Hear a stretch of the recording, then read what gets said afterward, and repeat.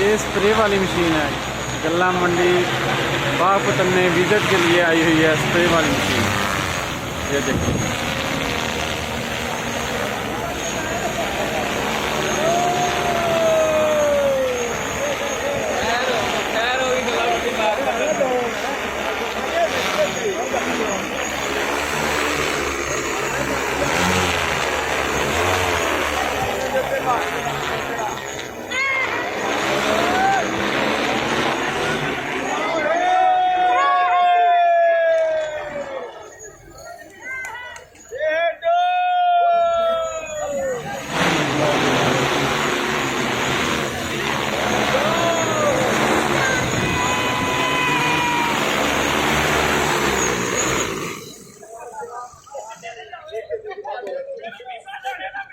पीछे पीछे पीछे पीछे पीछे थोड़ी प्रेजेंटेशन के